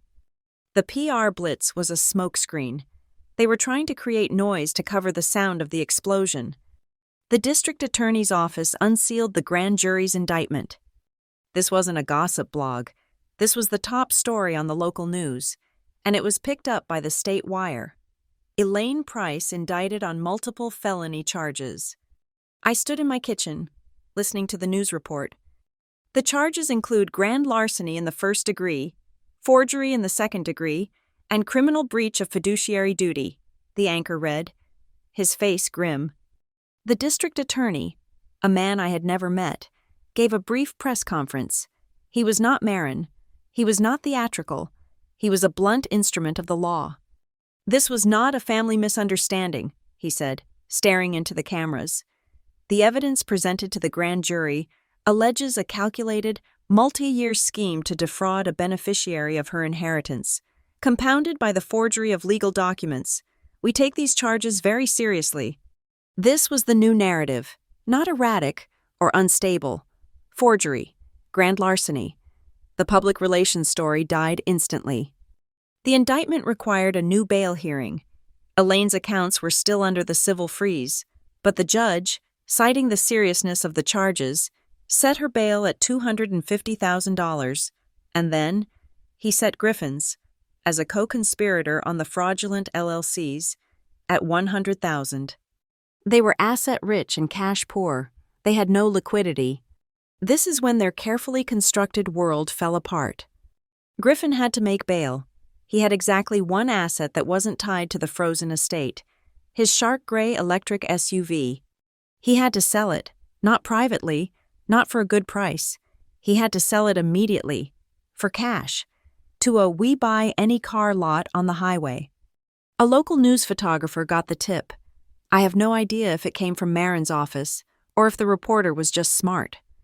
The photo was on the front page of the Stonebridge Ledger the next morning. It was a masterpiece of schadenfreude. Griffin, his face puffy and furious, wearing a stained sweatshirt, handing the keys to a smiling used car salesman. The headline was simple: Price Heir sells luxury SUV for bail money. The grieving family narrative was dead and buried. This was a picture of a desperate man liquidating a toy. The final pathetic collapse came from Brielle. She was the one I had almost felt sorry for. She was a prop, a tool, blinded by her mother's glamour, but she was weak, and she couldn't handle the public shame. She did what her generation does. She posted. It was a 30-second, tear-streaked story on her Instagram. She was in her pristine white bedroom, mascara running in black rivers down her cheeks. "You don't know us," she sobbed, her voice high and thin. "You don't know what we're going through. Everyone is attacking us.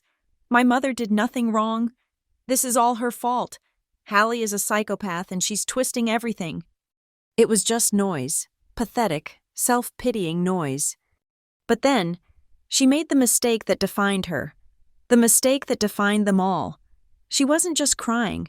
She was trying to prove she was the victim. We've been trying so hard to tell the truth," she wailed.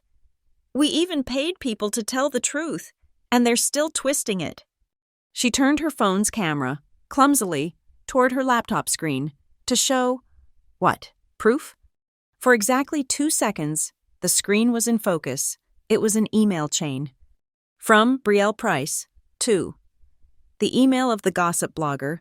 Subject, Hallie Medina article. The message body was visible. Attaching the invoice for the $5,000 as we discussed. Thank you for posting so quickly. As we discussed, please make sure the mental instability part is prominent. She had just filmed herself admitting to, and providing the receipt for, a $5,000 bribe to commit slander. I was watching it. My hand was perfectly steady. My thumb hit screen record. I saved the video. I double-backed it up. I sent the file to Marin. The email was time-stamped before the PR firm's glossy article. This was their first move. This was their conspiracy. The fallout was immediate. The PR firm publicly resigned from Elaine's account, citing a fundamental misalignment of values and facts. Brielle's video, and my screen recording of it, went viral in Stonebridge. She was a laughingstock. The gray-suited lawyer, Breen, was in full-blown panic. He called Marin. "My clients are impulsive." Marin later told me he'd said, his voice a strained whisper, "The children, they are not serving their mother's best interests. This has become a circus." He was trying to cut a deal. He was offering up his own clients. If she were to cooperate fully, he'd offered, provide a complete accounting of the North Star money trail, testify as to the other investors. Perhaps the district attorney would consider dropping the forgery charge. It's the ugliest part of the indictment. She could plead to the larceny, do probation. He was offering to trade Elaine's partners to save her from prison. Marin listened, politely. "Thank you for your thoughts. Mr. Breen," she said, "I will be sure to pass along your client's sudden interest in cooperation to the DA's office." She hung up. The war was over. They had destroyed themselves. All that was left was for Marin to publish the official history. She did not give an interview. She did not respond to Brielle's video. She did not comment on Griffin's car. She released a single, one-page document to every press outlet in the state. It was titled, Price Trust Case, a Document Timeline. It was the Black Book, condensed. It was pure, undeniable fact. March 2021. Hallie Medina confirms conservative investment strategy via email. Exhibit A. September 2022. Elaine Price forges signature on high-risk authorization document. Exhibit B. Affidavit of Dr. M. Daniels. October 2022. First wire transfer, $50,000, from Trust to Premier Oak LLC. Sole member, E. Price. Exhibit C. February 2023. Second wire transfer, $90,000, from Premier Oak LLC to Suncrest Capital Group. Sole member, G. Price. Exhibit D. The list went on. 19 transactions, every date, every dollar. It ended with 2 simple lines.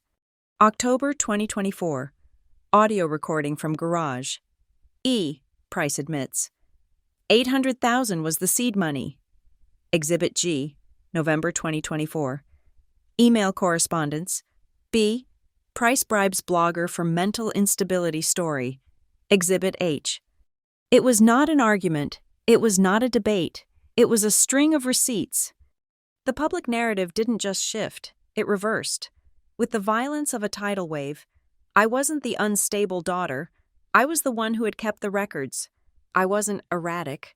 I was the only one who had been telling the truth, with documents to prove it. They had tried to paint me as hysterical. They had revealed themselves as the ones who were screaming, crying, and breaking the law. I became, in the small, brutal world of Stonebridge, a symbol, not of weakness, but of cold, quiet, and absolute resolve. The $500,000 in punitive damages sat in my new, secure trust account, but it never felt like my money. It was not inheritance. It was a fine. It was the price of the assault, the cost of the forgery. It felt heavy, like an obligation. I met Archer, not in a lawyer's office, but at a cafe on the edge of the Riverton campus, the school I would be attending in the fall. The smell of coffee beans and old books was a world away from the grease of Dottie's Junction. He knew what I was going to say before I said it. "It's not mine," I said, my hands wrapped around the warm mug. "Not to keep, anyway." He nodded, already understanding. "It's seed money," I said. I reclaimed her words. I stripped them of their malice and gave them a new purpose. "For what?" "A system," I replied. "A set of tools, so that the next person who gets told their fund evaporated doesn't have to sleep in their truck." We filed the incorporation papers 2 weeks later. We called it the Morgan and Hale Foundation. Morgan, for my mother; Hale, a name I chose for its Old English meaning, a safe, hollow place, a sanctuary. The mission was precise, forged from my own survival map. The Morgan and Hale Foundation would provide immediate, critical support for students whose family or trust support was suddenly, maliciously, or illegally cut off. I designed the structure myself, based on the 3 things I had needed and did not have. It had 3 pillars. Pillar 1, emergency housing. My first act was to partner with Riverton and 2 other state universities. We established a network of safe stay apartments, fully furnished and anonymous, available within 24 hours. No one should have to choose between their education and a roof. Pillar 2, acute legal aid. We could not afford to put Marin Walker on retainer for every case, but she did something better. She agreed to be our chief legal advisor and build our network. She called it Training the Next Generation of Sharks. Pillar 3, crisis counseling. The first thing that breaks is not the bank account. It is the sense of safety. The trauma of betrayal runs deep. We contracted with a network of trauma-informed therapists, like Dr. Reed, to provide immediate, subsidized sessions. We had the seed money. We had the structure. I needed a field general. I called Liv. I offered her the first full-time salary as the Stonebridge branch coordinator. "So, I'm getting paid to fight assholes?" she said over the phone. "That's the job description." "I'm in," she said, without a moment's hesitation. "The Stonebridge office is now open." She was brilliant. She didn't just coordinate. She built a community. She recruited a volunteer corps of paralegal students and social work majors from the local colleges. They were young, smart, and knew the system from the inside. While Liv built the ground team, I built the arsenal. I spent a month back in the library, not as a refugee, but as an architect. I created the When Trust is Cut toolkit. It was a free, downloadable package, the how-to guide I never had. It contained templates for formal, certified letters to bank managers and trust officers, using the specific legal language required to demand an account freeze. It had an evidence checklist, a step-by-step guide. Do you have screenshots of the text messages? Did you save the emails? Do you have a recording? The most important part was the legal recording guide. I had become an expert. I detailed the laws for all 50 states, one-party consent, two-party consent. I explained how to make a legal, admissible recording of a threat or a confession. We had the money, the team, and the tools. Now we needed the public. Our first fundraiser was not a gala. It was a declaration. We held it at the Stonebridge Community Hall. It was a modest, clean space that smelled of floor wax and coffee, but it was full. The local news was there, the same reporters who had covered Griffin selling his car. Archer spoke about financial ethics. Liv spoke about the power of community response. Marin spoke about the legal teeth of the foundation. Then it was my turn. I walked to the podium. I had no notes. When I was at my lowest point, I said, my voice clear and steady in the microphone, I lost two things. I lost my future, and I lost my past. My education was stolen, and my mother's memory was defaced. I looked to the side of the stage. Mr. Adler, the luthier, walked out. He was carrying the cello. He placed it on its stand in the center of the light. It glowed. The deep, fiery cherry wood, restored and alive, was a physical rebuke to the neon green paint. This was my mother's, I said to the silent room. It was broken, buried, and left for trash. It was almost destroyed, but it was restored. This is what we do. We find what was broken, and we restore what was taken. I walked away from the podium. I sat on the simple wooden chair. I took the bow. My hands were shaking, but not from fear. I looked out and saw Liv in the front row. I saw Archer. I saw Marin. I drew the bow across the strings. I played the Bach suite. The notes were not clumsy this time. They were rich, warm, and resonant. They filled the hall. Every note a statement. I wasn't perfect, but I was whole. When I finished, there was a profound, absolute silence, just for a beat. Then, one person in the back stood up, then another, and another. Within 30 seconds, the entire room was on its feet. The applause was a wave. It wasn't for me. It wasn't for the music. It was for the promise. The fundraiser was a success, but I held the board, and myself, to a rigid standard. The money must be clean, I insisted at our first official meeting. The one thing she could never be was transparent. We will be nothing else. We launched the Morgan & Hale website with a transparent spending portal. It was the anti-North Star, the anti-Elaine. Every single donation, every grant, every expenditure, from a Safe Stay Apartments rent down to Liv's salary, was posted in a public ledger. We had an independent audit scheduled annually. There would be no shell companies. There would be no lies. We created our first scholarship. I named it myself. The Don't Skip Dinner Scholarship. It was reserved specifically for students who had experienced homelessness or food insecurity while pursuing their degree, a direct answer to the casual cruelty that had started my own war. My life at Riverton began. I was just another graduate student, reading dense theory and writing papers, but I was also a case study. My social leadership professor, Dr. Aris, who had followed the news, asked me to guest lecture for his financial ethics seminar. The lecture was titled, Rebuilding Financial Identity. I stood in front of a room of my peers. I put up a single slide. It was a picture of my old, beaten-up truck, parked in the Home Pro lot. Your identity, I told them, is not what is done to you. It is not the crisis. It is not the theft. It is what you build afterward. It is the system you design to make sure it never happens again. The foundation was running. The machine I had designed was working. We had housed our first student, a young man from Ohio whose parents had drained his account. We had filed our first legal injunction, a pro bono effort from one of Marin's trainees, for a girl in Texas. I was in my apartment, which now doubled as my office, late on a Tuesday. I was finishing a paper for my class. An email came in. It wasn't to my Riverton account. It was to the encrypted, anonymous tip line on the Foundation's website. The message was short. I need help. I think my stepfather is stealing my college fund. He keeps saying the market evaporated, but my uncle found papers for an LLC I've never heard of, registered in his name. I'm scared. He's yelling all the time. I'm a student at Stonebridge College. I don't know what to do. I stopped breathing. I read the word. Evaporated. I looked at the email again. The cycle. It was happening again, but this time, it wasn't just me in a cold truck. I picked up my phone. I dialed Liv. Liv, I said, my voice calm and clear. I've got one. A new one.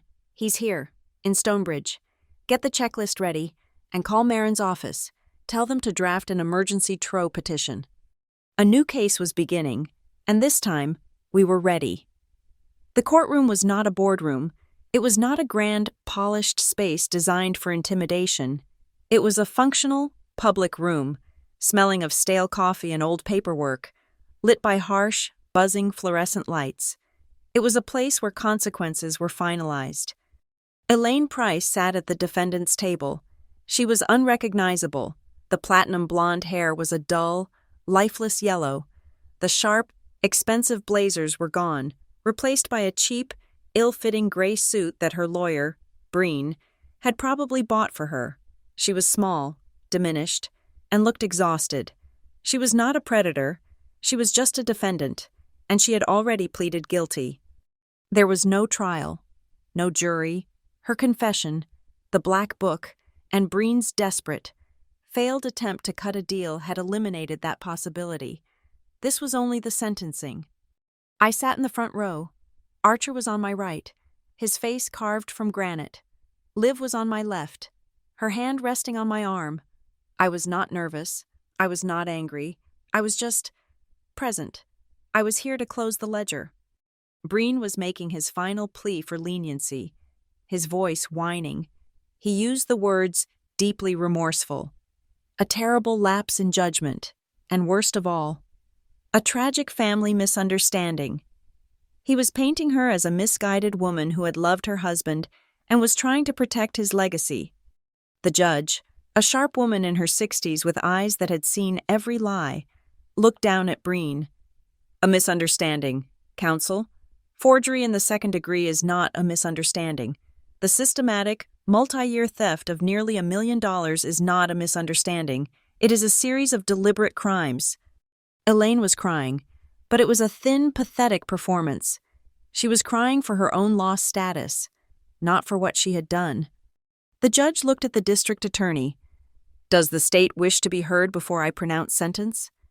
The DA, a young, ambitious man, nodded to Marin, who stood. Your Honor, Marin said, her voice cutting cleanly through the room. Ms. Medina has declined to make a victim impact statement.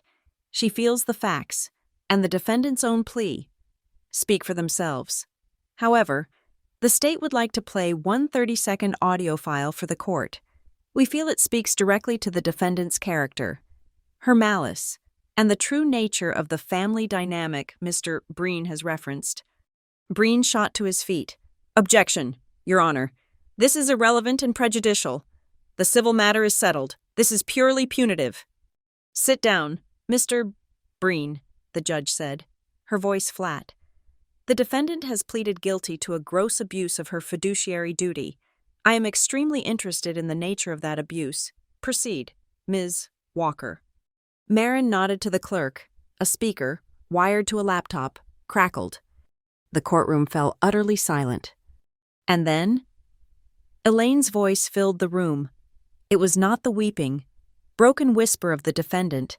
It was the voice from the garage, cold, hard, and dripping with contempt.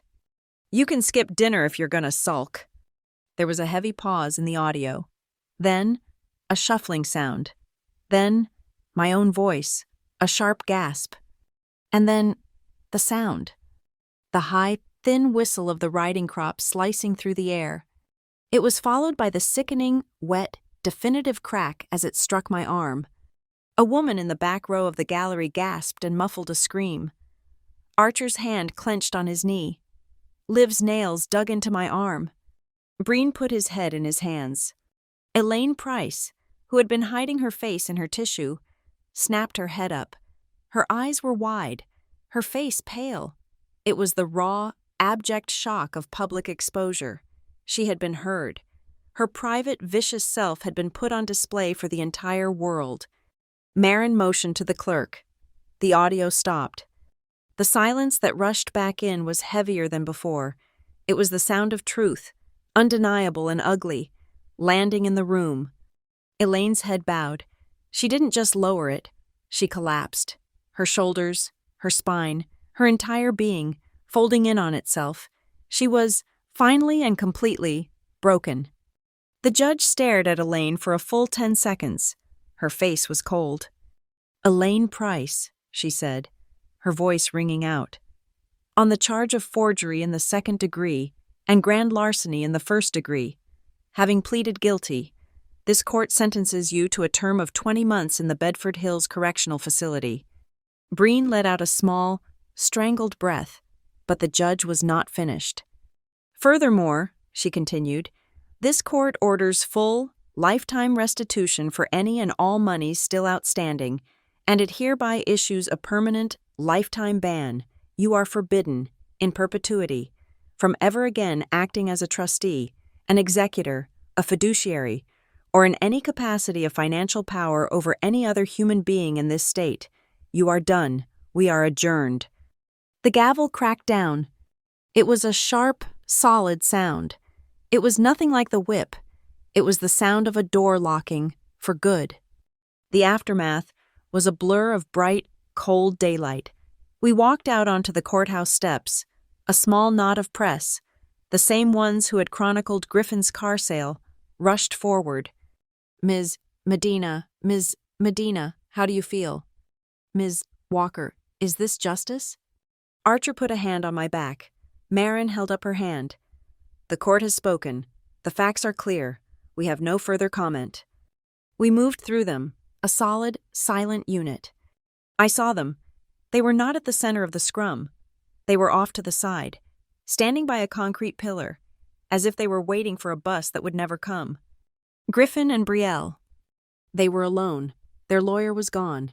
Their mother was inside, being processed. Griffin's face was slack-jawed, hollow. He was wearing the same stained sweatshirt, staring into the middle distance. He looked like a man who had been hollowed out. Brielle was not on her phone. She was not crying. She was just standing there. Her expensive clothes looked like a costume. Her hair was lank. The bright, digital aesthetic was gone. She was just a pale, plain, frightened girl. The magic was gone. They were just debris, washed up on the shore of their mother's crimes.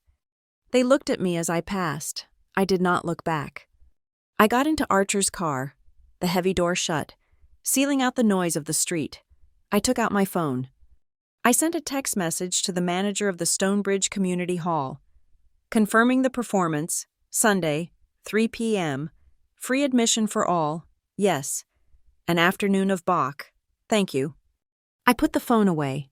I was already moving forward. That night, I drove back to Stonebridge, alone. The mansion was now mine, a seized asset, handed over as part of the civil settlement to be liquidated. It was a dark, silent monument to a life that had imploded. I parked my sedan, the reliable one, in the driveway. The air was cold and still. I did not go into the house. I had no desire to. I walked to the side door of the 3-bay garage. The old code, my father's birthday, was useless. I used the new key Marin's office had given me. The lock clicked open. I stepped inside. The garage was pitch black. I did not turn on the main lights. The blinding, interrogative glare of that night was over. I stood in the darkness, letting my eyes adjust. It smelled of cold concrete, old tires, and dust. The luxury cars were gone. The shelves were empty. The writing crop was gone, seized as evidence. It was just an empty, hollow room. I walked over to the wall panel, the one Griffin had slammed his fist against to trap me. My heart was steady. The alarm in my brain, the one Dr. Reed and I had worked so hard to silence, was quiet.